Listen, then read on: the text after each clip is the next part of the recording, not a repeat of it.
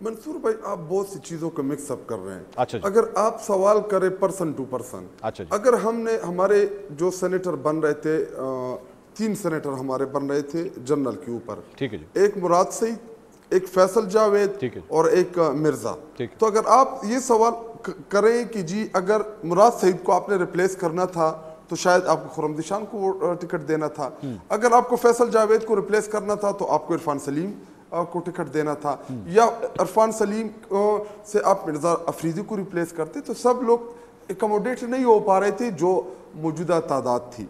Number second, अभी आयशा बानो जो जिसको हमने टिकट दिया था, जो बात में उन्होंने अभी उसको आप रेजिस्टेंस का इनाम दे, आयशा बानो लास्ट टाइम हमारी एमपीए रही, इस दफा एमपीएस की लिस्ट में मौजूद, एमएनएस की लिस्ट में मौजूद, और उसके बाद अभी सेनेट के लिस्ट में भी मौजूद। जब उन मखसूस नशिस्तें नहीं मिली तो सेनेट के ऊपर आके, हालांकि आयशा बानो जो थी वो कोई हमारी ऐसी कोई तगड़ी कारकुन नहीं रही, वो हमारे इधर जो नॉर्थ वेस्ट जनरल हॉस्पिटल है उसकी मालिक। शायद साहब वो आपकी बात दुरुस्त है, मैं सिर्फ ये पूछ रहा हूँ कि अब आपकी पार्टी का एक असूल सेट हो गया ना, जिसने 9 मई की मजम्मत की है वो भी पार्टी में वापस आ सकता है या नहीं आ सकता? मंसूर भाई, मुझे कंप्लीट करने दे जी भाई। मैं चाहता हूँ कि मैं आपके प्रोग्राम के थ्रू कुछ चीजें अपने कारकुनान कौम के सामने, अभी जो हमारी खातून इलेक्ट हुई सेनेटर रुबीना नाज एडवोकेट, मैं इसको पर्सनली 2011 में हमारी ऊपर यूनिवर्सिटी में एक 107 का एफआईआर था, उस वक्त 107 का एफआईआर हमारे लिए बहुत बड़ा एफआईआर था, अभी 302 हमारी ऊपर है, इतनी फिक्र नहीं होती।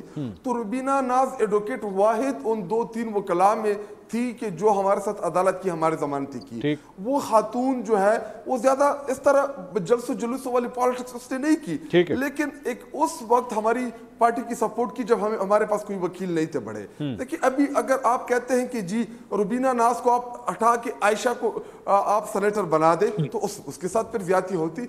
सीटें हमारी थी 5 या 6 मैक्सिमम, तो अगर 5-6 थी तो इन्हीं लोगों को इलेक्ट करना था।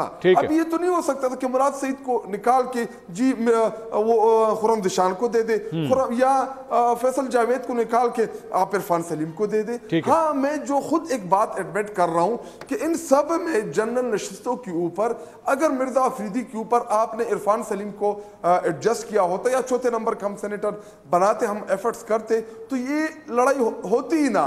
क्योंकि अभी इरफान सलीम कि उसके ऊपर सबको मौका मिल गया है, हर बंदा कह रहा है कि जी मैं बड़ा तगड़ा कारकुन हूं, मैंने जी जमीन और आसमान एक कर दिए। मंसूर भाई, इस पार्टी में मैं छोटा बड़ा हूं, मुझे हर बंदे की एफर्ट्स का पता है कि किसने क्या एफर्ट्स किए।